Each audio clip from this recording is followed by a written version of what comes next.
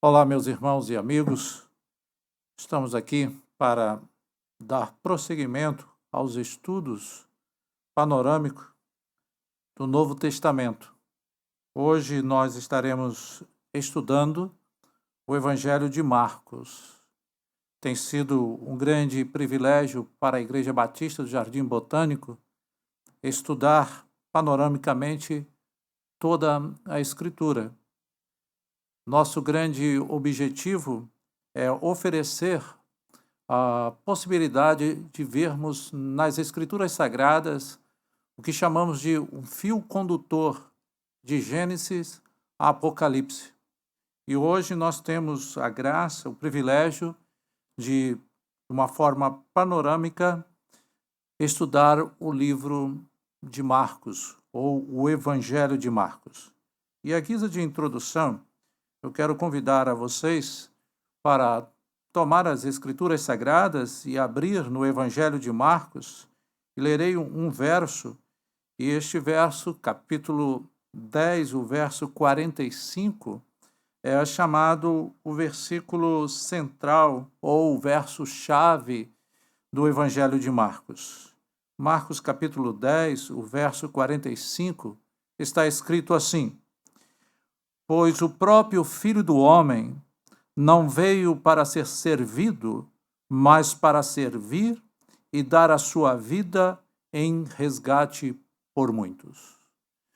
Este verso, ele traduz para nós a dinâmica do Evangelho de Marcos. Marcos, ele escreve com o propósito de mostrar as ações de Jesus Cristo. E quando estudamos este evangelho pequeno, ele tem 16 capítulos, ele tem 661 versos, é o menor de todos os 4 evangelhos, sabendo que nós temos 4 evangelhos: Mateus, Marcos, Lucas e João. Cada um desses homens escreveram numa perspectiva. Marcos, ele escreve com o propósito de atingir seus leitores gentios, romanos.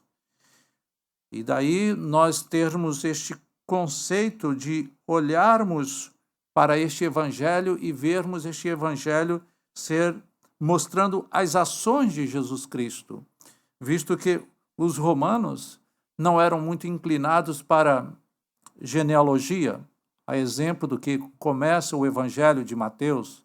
Mateus, ele escreve numa perspectiva que seus leitores primários eram judeus. Então, ele inicia o seu livro, seu Evangelho, escrevendo a genealogia de Jesus. Também assim faz Lucas. Porém, Marcos já inicia o seu Evangelho. E agora podemos abrir no capítulo 1, o verso 1, e olharmos como ele inicia o Evangelho. Ele diz: princípio do Evangelho de Jesus Cristo, Filho de Deus. Ele não nos apresenta nenhuma narrativa sobre a descendência de Jesus, ele não nos apresenta nenhuma narrativa sobre a genealogia de Jesus, mas ele é direto. Ele diz princípio do Evangelho. Evangelho, traduzindo uma tradução bem livre, significa boas novas ou boas notícias. Ele então quer imediatamente captar a atenção de seus leitores e dizer que ele tem boas notícias a respeito de Jesus Cristo e este Filho de Deus.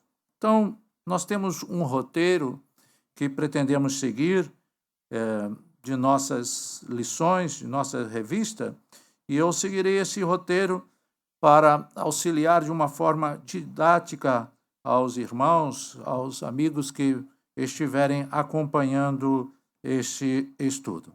O Evangelho de Marcos, conforme disse e repito, ele é o menor livro dos evangelhos. Provavelmente tenha sido o primeiro a ser escrito. Há discussões, diversas discussões a respeito disto, mas há um grande número de estudiosos que compreende que este foi o primeiro evangelho a ser escrito. Ele está dentro da classificação daquilo que chamamos de sinótico, visto que Mateus, Marcos e Lucas, eles escrevem numa mesma perspectiva, numa mesma visão. Por isso, esses 3 evangelhos recebem a classificação de sinóticos. Tem-se uma data, se estipula a data em que Marcos escreveu este evangelho, provavelmente entre o ano 60 e, no máximo, até o ano 70. Não se tem uma precisão desta data, mas para nos situar a ocasião em que foi escrito este evangelho, aproximadamente aí no ano 65 depois de Cristo.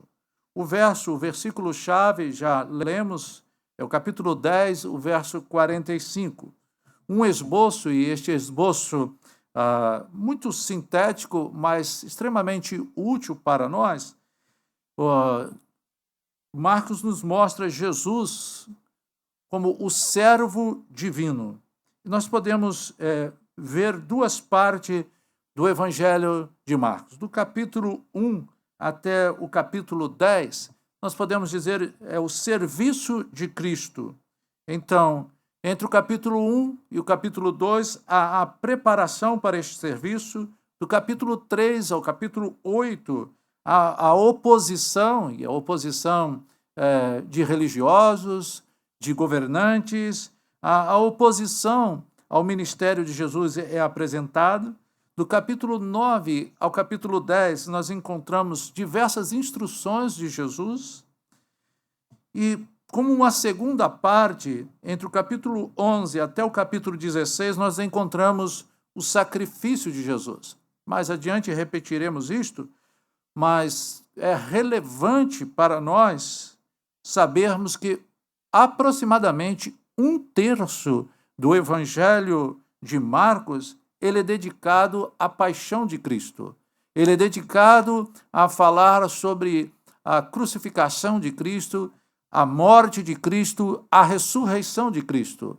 Mostra-nos com isto, sinaliza para nós o grande significado da paixão de Cristo, e para Marcos era importante que os seus leitores tomassem conhecimento disto. Então, a segunda parte, a respeito do sacrifício de Cristo, capítulo 11 ao capítulo 15, nós encontramos sobre a rejeição de Jesus. E o capítulo 16, nós encontramos a narrativa sobre a ressurreição de Jesus.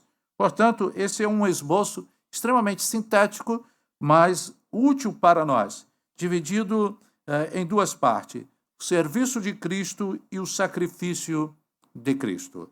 O serviço de Cristo entre o capítulo 1 ao capítulo 10. O sacrifício de Cristo entre o capítulo 11 ao capítulo 16. Em nosso material que utilizamos, os autores, eles sempre definem o livro em aquilo que eles chamam de uma sentença. E eu quero dividir com vocês Marcos em uma sentença.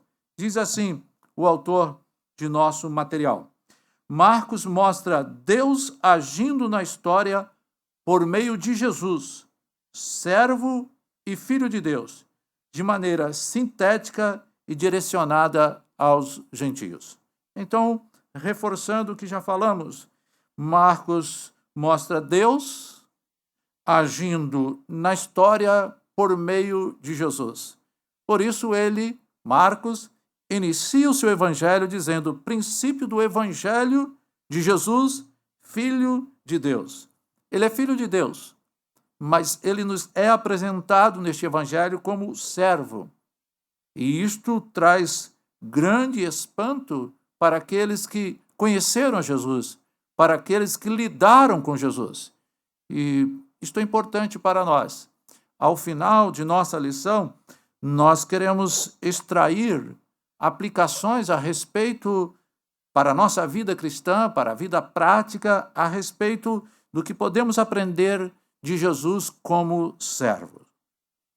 Seguindo a nossa lição, nós podemos observar algumas características do Evangelho de Marcos. E podemos apresentar aqui pelo menos 4 características deste Evangelho de Marcos. Começamos a lembrar que Marcos, ele foi um jovem que conheceu Paulo. Ele era primo de Barnabé. Na primeira viagem missionária que Paulo fez, Marcos acompanhou esta viagem, e nós temos uma narrativa no livro de Atos, mostrando, capítulo 13 de Atos, mostrando-nos que, em dado momento da viagem missionária, Marcos desistiu da viagem. Não sabemos exatamente o motivo, não sabemos o que aconteceu, há diversas especulações. Fato é que Marcos desistiu da viagem. Ele regressa e Paulo segue a viagem missionária.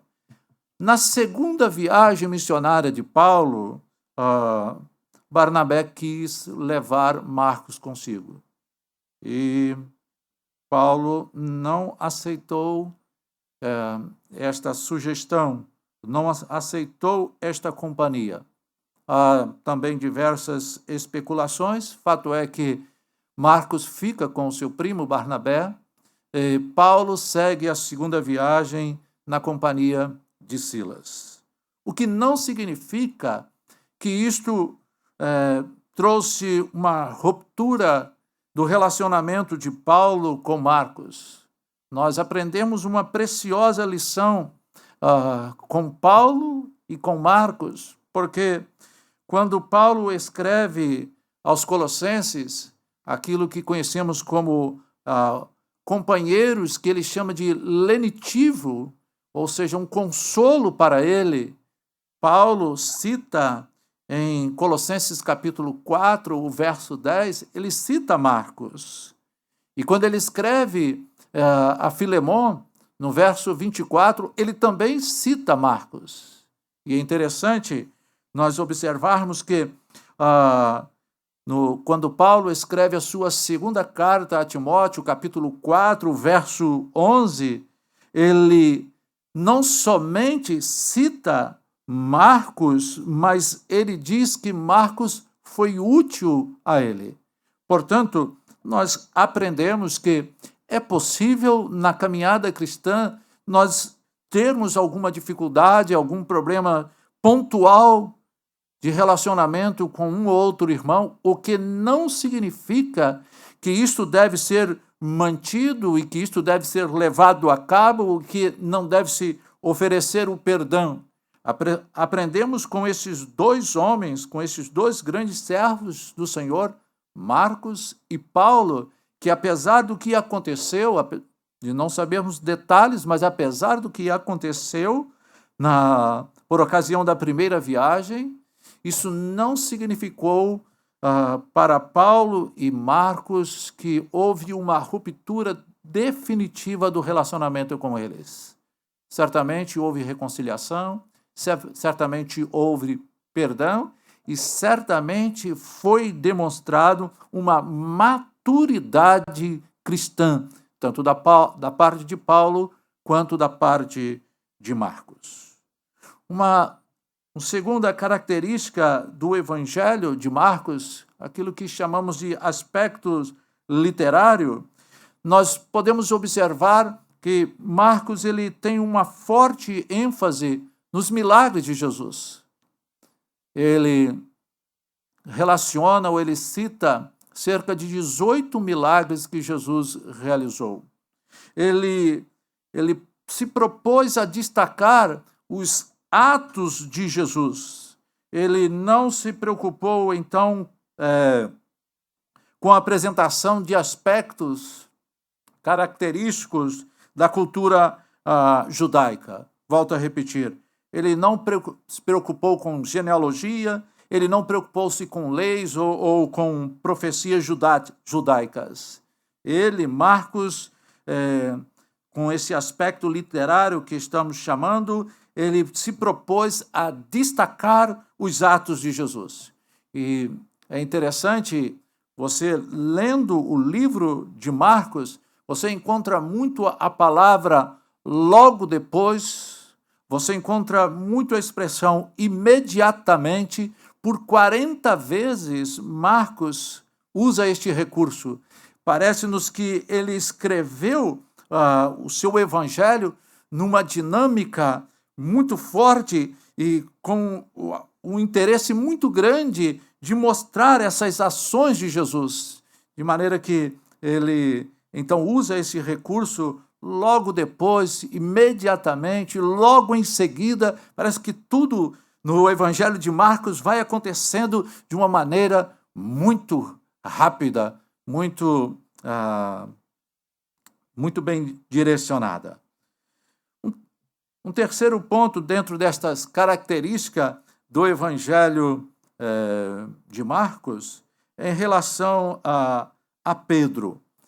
Quando lemos a primeira carta de Pedro, capítulo 5, o verso 13, nós encontramos Pedro dizendo que Marcos foi considerado um filho. Lemos assim, 1 Pedro capítulo 5, o verso 13, diz ele: aquela que se encontra em Babilônia, também eleita, vos saúda, como igualmente meu filho Marcos. E aqui nós temos uma lição preciosa. Acredita-se que Marcos registra o seu evangelho tomando emprestado os sermões que ele ouviu de Pedro, tomando os ensinamentos que ele ouviu de Pedro. Acredita-se que esta característica do Evangelho de Marcos ser um evangelho de demonstrar muita ação, também isto é tomado de Pedro. Todos nós sabemos que Pedro foi um apóstolo, um seguidor de Jesus, onde ele apresentou muito esta característica das coisas acontecendo muito rápido, muito imediato na vida dele. E Marcos, por caminhar com Pedro, Marcos, por aprender com ele, ouvir os seus sermões, certamente tomou para si essas características de Pedro. Então, é provável que o Evangelho de Marcos tenha como fundo, como base, os sermões que Pedro pregava. Uma ilustração para isso, e eu quero dividir com vocês, em nosso material de estudo, em nosso recurso didático, nos é apresentado uma ilustração disto, quando você toma Atos capítulo 10, e eu quero abrir aqui e dividir com vocês esta leitura, para ilustrar como a fala de Pedro aparece nos escritos de Marcos.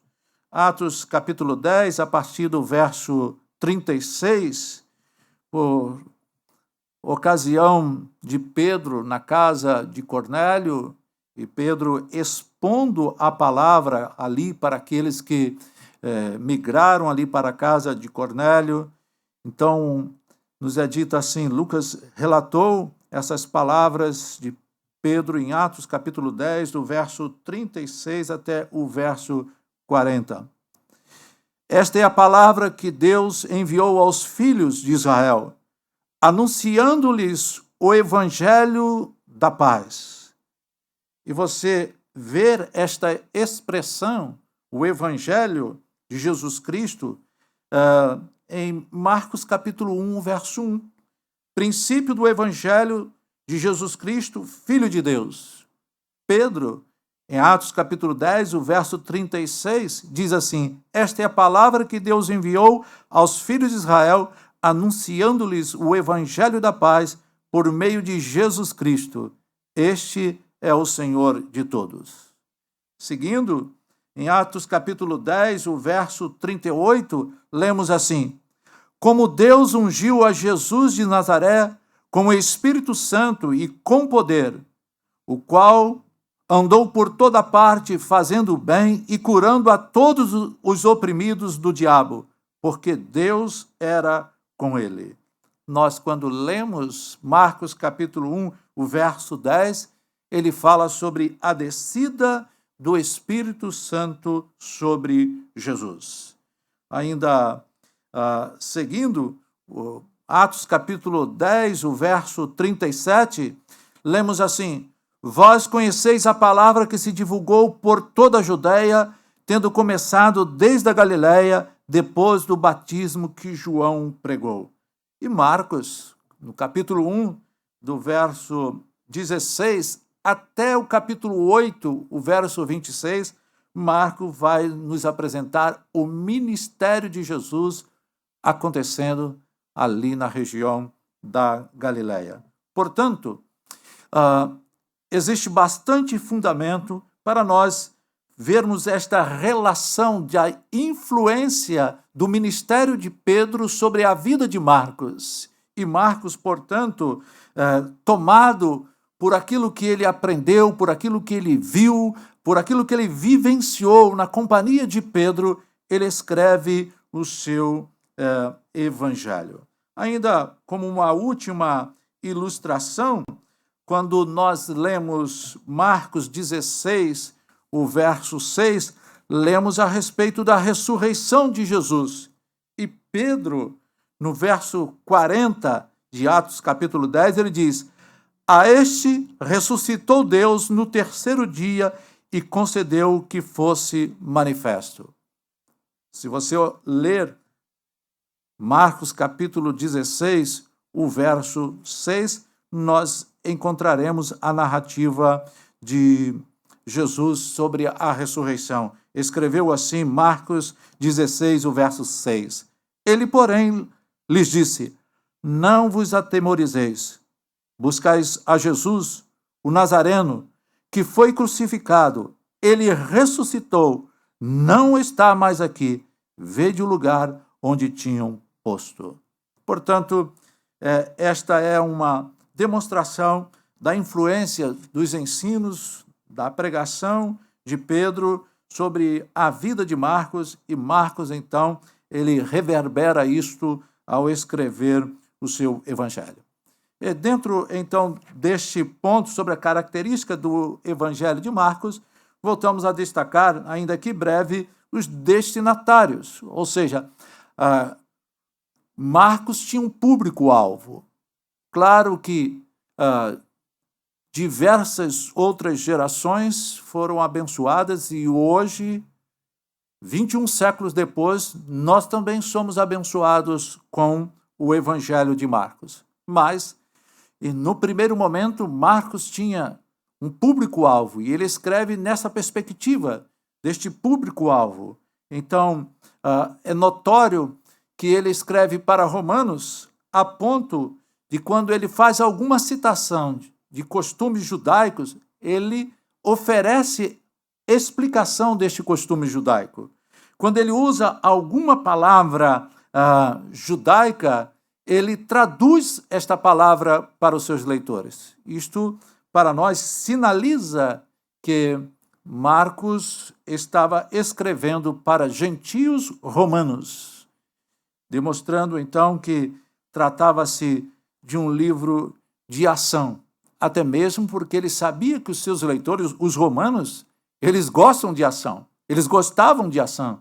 A vida, a característica dos romanos daquela época era marcada por isto. Então, Marcos, ele trabalha no seu evangelho mostrando um livro de ação. Volto a repetir, a palavra imediatamente, a palavra logo, aparece cerca de 40 vezes no evangelho de Marcos, mostrando então que ele queria apresentar as ações de Jesus Cristo através de seu ministério. Mas é importante, e o nosso material didático nos oferece, que chama Marcos para hoje. E há uma aplicação aqui para nós e eu quero oferecer a vocês. diz-nos assim: Marcos foi fortemente influenciado pelo apóstolo Pedro quanto à vida cristã. Assim como Pedro foi para Marcos, nós devemos ser para os perdidos, testemunhas fiéis da obra de Jesus Cristo. Esta é uma aplicação extremamente válida para nós como cristãos. Pedro influenciou a vida de Marcos. É esperado de cada um de nós, cristãos, que nós venhamos influenciar com o Evangelho a vida de outras pessoas, sobretudo a vida daqueles que ainda não têm a Jesus como o Senhor de sua vida, como o Salvador de sua vida. Seguindo, o terceiro ponto de nosso material de base de nosso estudo nos é apresentado, e eu quero então dedicar talvez a maior parte do tempo agora até o final de nossa lição sobre a cristologia do Evangelho. A cristologia do Evangelho de Marcos. E por que isto? Marcos nos apresenta a identidade de Jesus. E nós temos aqui pelo menos 4 pontos que podemos destacar desta identidade de Jesus, mostrando esta cristologia do Evangelho de Marcos. E a primeira identidade de Jesus que destacamos aqui é Jesus como homem. Isto é significativo para nós. Jesus não é uma ficção, Jesus não é um conto, Jesus, ele é um homem. E Marcos apresenta isto a seus leitores. Então, Jesus é apresentado como homem, e talvez você pergunte assim, como assim?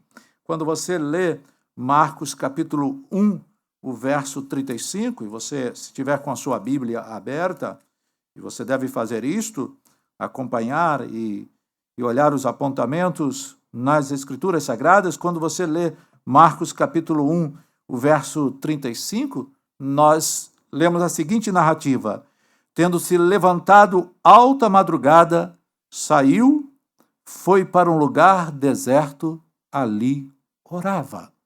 Jesus, então, como homem, ele mostra a sua dependência e ele mostra também a necessidade da comunhão. Ele mostra, então, ali uma característica de um homem. Nós lemos em Marcos capítulo 2, o verso 16, uma outra característica dessa identidade de Jesus, da humanidade de Jesus. Marcos capítulo 2, o verso 15, verso 16, nós lemos assim: achando-se Jesus à mesa, na casa de Levi, estava juntamente com ele e com seus discípulos muitos publicanos e pecadores, porque este eram em grande número, e também o seguia. Os escribas dos fariseus, vendo-o comer em companhia dos pecadores e publicanos, perguntava aos discípulos dele, por que come e bebe ele com os publicanos e pecadores? O ponto aqui é mostrar para nós o que estamos chamando desta identidade de Jesus como homem. Jesus está sentado à mesa, Jesus está comendo, Jesus está bebendo junto à mesa, ali na casa de Levi, também com seus discípulos e também com publicanos, como diz o texto, e com pecadores. Portanto, está aqui para nós uma demonstração da humanidade de Jesus. E no livro de Marcos, nós temos outros apontamentos úteis para nós, para enxergarmos o que estamos chamando de Jesus como homem, esta humanidade de Jesus. Podemos destacar, Jesus sentiu fome, Jesus sentiu cansaço, Jesus se indignou quando ele toma uma criança em seus braços e é censurado por tomar aquela criança, e os seus discípulos talvez não entendendo aquele momento, Jesus se indignou naquele cenário ali. Jesus sentiu sono, Jesus sentiu cansaço, Jesus teve corpo, Jesus morreu. Então, eu cito esses pontos porque todos eles, quando você lê o Evangelho de Marcos, eles aparecem. Então, mostrando-nos a identidade de Jesus, Jesus como homem. Porém, uma segunda identidade, e isto é extremamente importante para nós, para a nossa fé, para a nossa crença, para o nosso conhecimento e o nosso relacionamento com Jesus Cristo, uma segunda identidade que Marcos nos apresenta de Jesus, que Jesus é Deus. Então, nós vamos encontrar isto por todo o livro de Marcos, mas destacamos alguns pontos. Exemplo, Jesus teve domínio sobre a enfermidade. Podemos ler já no início do Evangelho de Marcos, capítulo 1, a partir do verso 40, a gente lê assim: aproximou-se dele um leproso, rogando-lhe de joelho: se quiseres, pode purificar-me. Jesus, profundamente compadecido, estendeu a mão, tocou e disse-lhe: quero, fica limpo. No mesmo instante, lhe desapareceu a lepra e ficou limpo. Jesus é Deus. Jesus tem poder sobre a enfermidade. Jesus também, podemos destacar, tem domínio sobre a morte. E você pergunta, como assim? Ele é Deus. Ele é o Todo-Poderoso. Ele tem domínio sobre a morte. Você lê um exemplo em Marcos capítulo 5, a partir do verso 21, nós encontramos um homem chamado Jairo rogando por sua filha.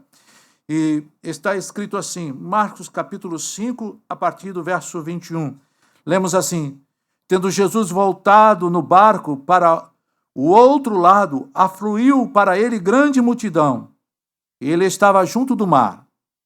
Eis que se chegou a ele um dos principais da sinagoga, chamado Jairo, e vendo, prostrou-se a seus pés e insistentemente lhe suplicou: minha filhinha está à morte. Vem, impõe as mãos sobre ela para que seja salva e viverá. Jesus foi com ele. E aí você, lá no versículo 35 deste mesmo capítulo, segue esta narrativa. Falava ele ainda, quando chegaram alguns dos chefes da sinagoga, a quem disseram: tua filha já morreu, porque ainda incomodas o mestre. Mas Jesus, sem acudir a tais palavras, disse ao chefe da sinagoga: não temas, crê somente. Contudo, não permitiu que alguém o acompanhasse, senão Pedro e os irmãos Tiago e João. Chegando à casa do chefe da sinagoga, viu Jesus o alvoroço, os que choravam, os que pranteavam muito. Ao entrar, lhe disse: por que estáis em alvoroço e chorais? A criança não está morta, mas dorme. E riam-se dele. Tendo ele, porém, mandado sair todos, tomou o pai e a mãe da criança e os que vieram com ele, entrou onde ela estava. Tomando pela mão, disse: Talita, cumi. E quer dizer: menina, eu te mando, levanta-te. Imediatamente, a menina se levantou e pôs-se a andar, pois tinha 12 anos. Então, ficaram todos sobremaneira admirados. Jesus, ele é homem, mas Jesus também é Deus. Jesus tem domínio sobre a morte. Jesus tem domínio sobre a enfermidade. Jesus tem domínio sobre os demônios. Jesus tem o domínio sobre a natureza. O Evangelho de Marcos narra para nós este episódio quando mostra-nos em Marcos capítulo 6, o verso 48, e vou ler somente este verso para ilustrar este domínio de Jesus sobre a natureza. Está escrito assim: e vendo-os em dificuldade, vendo os discípulos em dificuldade a remar, porque o vento lhes era contrário, por volta da 4ª vigília da noite, veio ter com eles, andando por sobre o mar, e queria tomar-lhes a distância. Eles, porém, vendo andar sobre o mar, pensaram tratar-se de um fantasma e gritaram, pois todos ficaram aterrados à vista dele. Mas logo lhes falou e disse: tende bom ânimo, sou eu, não temas. E subiu para o barco para estar com eles, e o vento cessou. Ficaram entre si atônitos, porque não haviam compreendido o milagre dos pães, antes o seu coração estava endurecido. Os discípulos ficaram atemorizados e os discípulos ficaram atônitos em saber que estavam diante daquele que até a própria natureza ele tem domínio. E finalmente, falando sobre Jesus como Deus, Jesus também mostrou, e Marcos narra isto, que ele tinha conhecimento do futuro. Ele não adivinhava o futuro, ele sabia do futuro, ele conhecia o futuro. Marcos 8, o verso 31, nós lemos assim: então começou ele a ensinar-lhes que era necessário que o Filho do Homem sofresse muitas coisas, fosse rejeitado pelos anciãos, pelos principais sacerdotes e pelos escribas, fosse morto, e que depois de 3 dias ressuscitasse.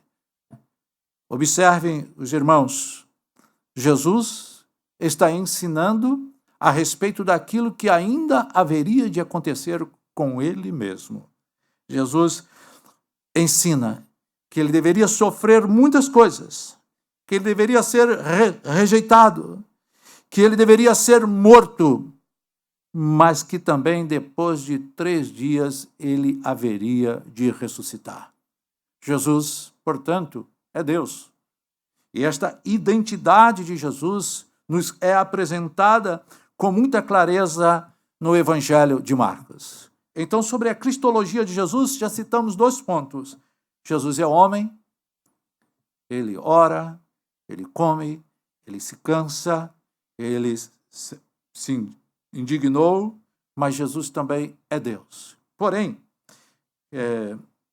o autor de nossa lição faz uma nota de destaque, e eu quero também apresentar aos irmãos isto, porque Marcos mostra-nos também numa mesma narrativa o lado humano de Jesus e o lado divino de Jesus.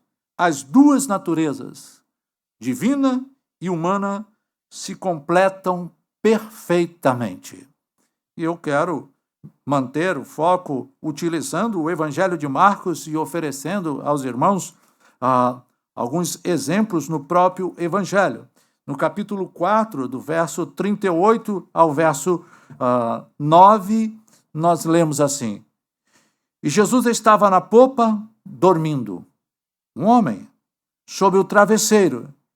Eles os despertaram e lhe disseram: mestre, não te importa que pereçamos? E ele, despertando, repreendeu o vento. Ele tem poder sobre a natureza. E disse ao mar: acalma-te, emudece. O vento se aquietou e fez-se grande bonança. Numa mesma narrativa, no mesmo evento, nos é apresentado Jesus, o homem, Jesus, o divino. As 2 naturezas de Jesus se completando perfeitamente. O que podemos afirmar?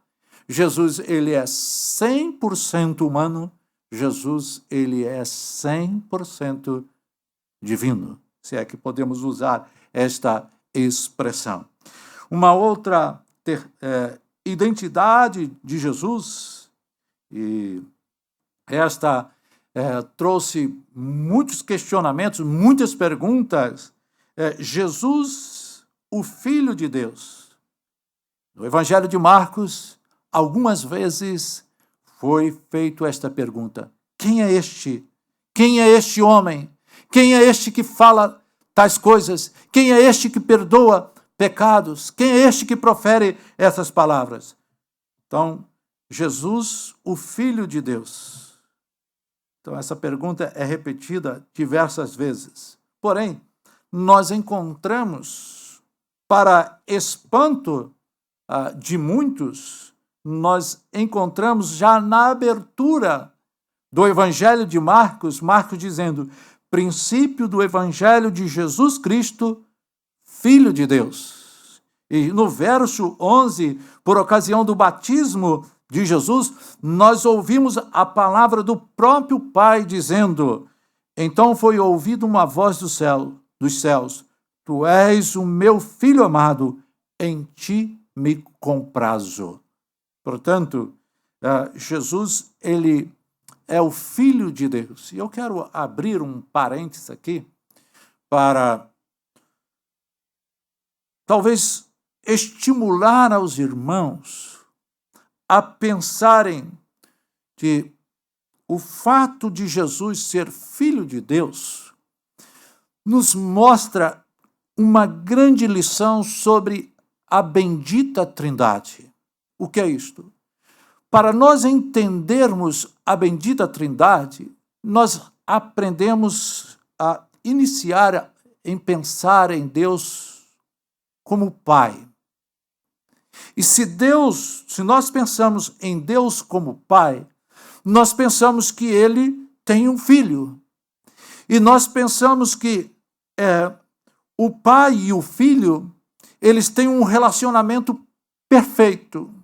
E nós, então, pensando na bendita Trindade, o Pai e o Filho tendo plena comunhão, podemos pensar como o amor do Pai se transborda pelo Filho e o amor do Filho também se transborda pelo Pai, a tal ponto de nós ouvirmos o apóstolo Paulo dizer-nos que Deus prova o seu amor para conosco. Este amor de Deus, nesta comunhão da bendita Trindade entre o Pai e o Filho, este amor que o Pai transborda sobre o Filho, o que o Filho transborda sobre o Pai, este amor é derramado a nós.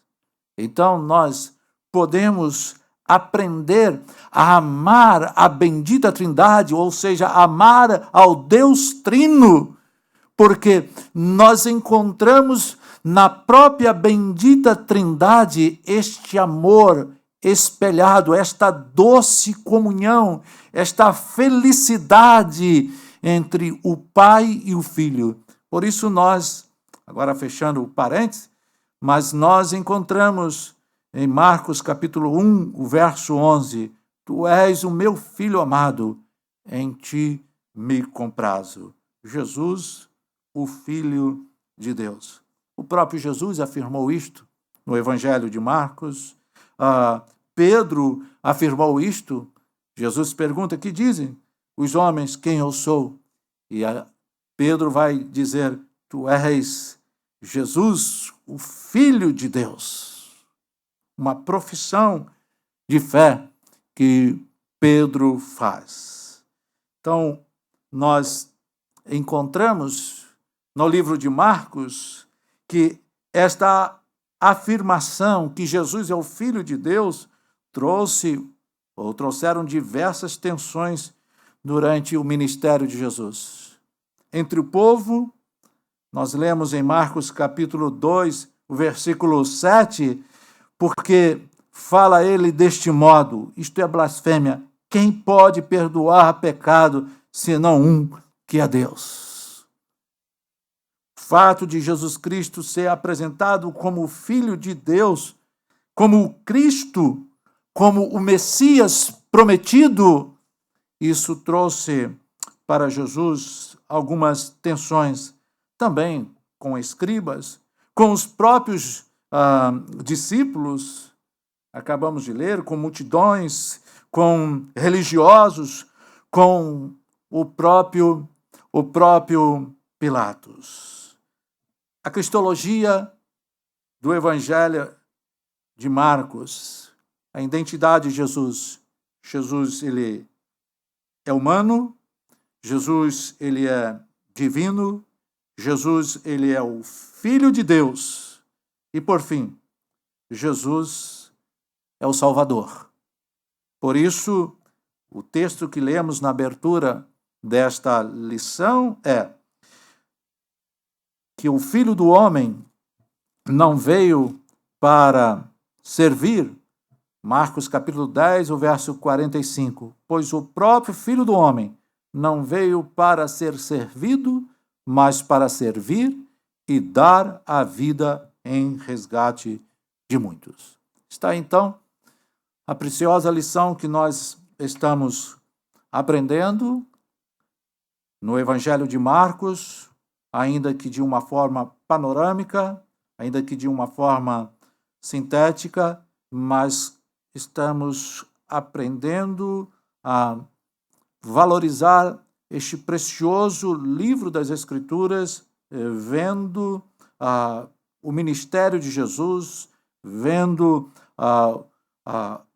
o Jesus Cristo sendo apresentado como servo, aquilo que Isaías nos ensinou sobre o servo sofredor, vendo sobre a paixão de Jesus, a morte de Jesus, a crucificação de Jesus, a ressurreição de Jesus.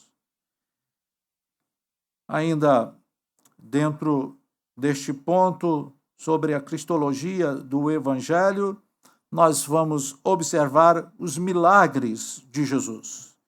E já mencionamos, falamos sobre a ênfase que Marcos dá na obra milagrosa de Jesus. Então, o interesse de Marcos era comprovar que Cristo é o Messias, que Cristo é o Filho de Deus.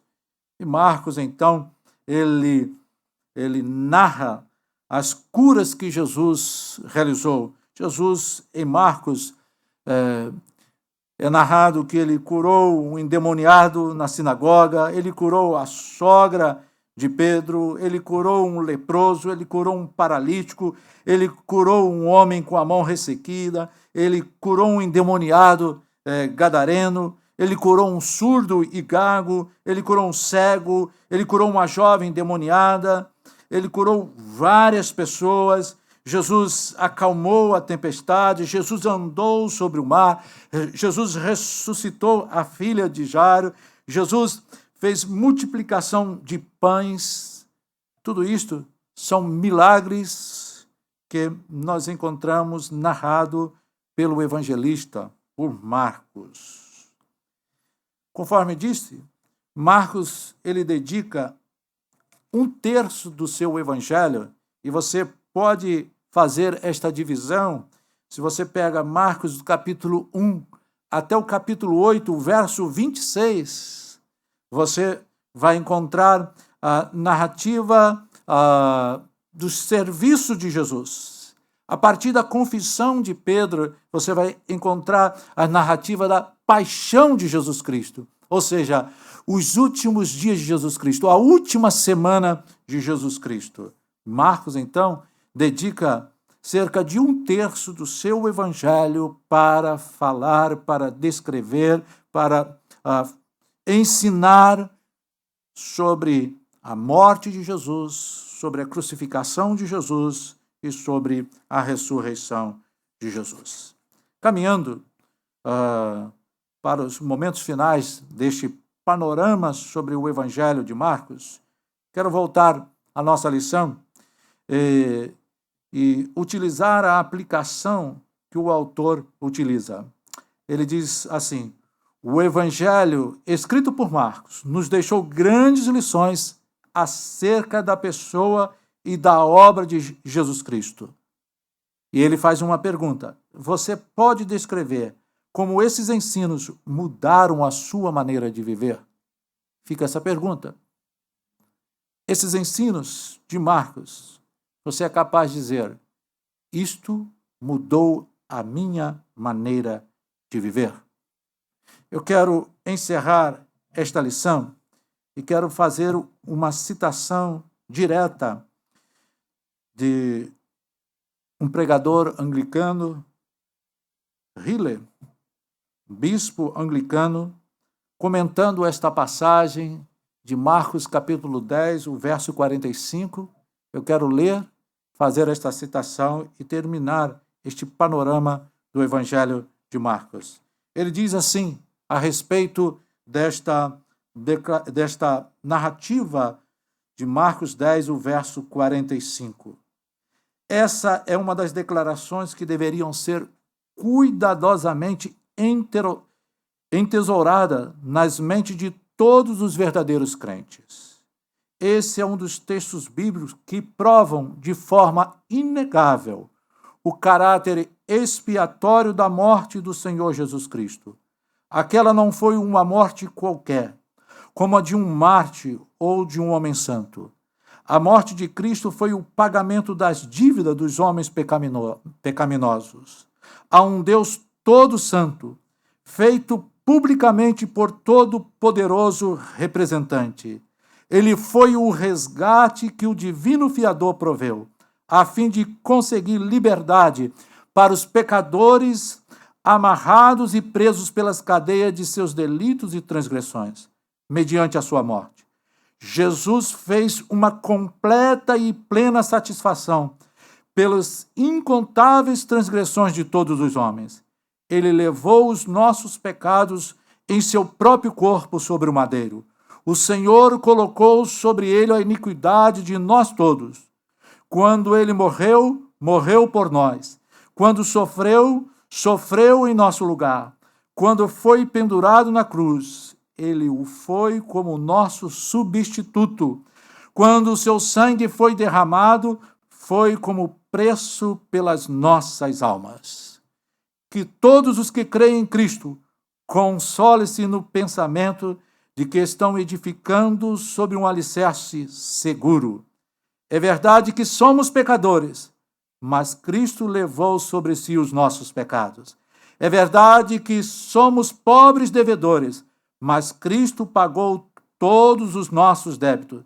É verdade que merecemos tão somente ser encerrados para sempre na prisão do inferno. Porém, graças sejam dadas a Deus por Cristo, que pagou um total e completo resgate por nós. A porta está amplamente aberta. Os prisioneiros podem sair livres. Que todos nós conheçamos esse privilégio mediante uma experiência de todo o coração e andemos na bendita liberdade dos filhos de Deus. Amém. Por tudo que tens feito, por tudo que vais fazer, por tuas promessas e tudo que és, eu quero te agradecer com todo o meu ser. Te agradeço, meu Senhor. Te agradeço, meu Senhor. Te agradeço por me libertar e salvar, por ter morrido em meu lugar. Te agradeço, Jesus, te agradeço. Eu te agradeço, te agradeço por tudo que tens feito, por tudo que vais fazer, por tuas tuas promessas e tudo que és. Eu quero te agradecer com todo o meu ser. E aí? Te agradeço, Deus Senhor. Te agradeço, Deus Senhor. Te agradeço por me libertar e salvar, por ter morrido em meu lugar. Te agradeço,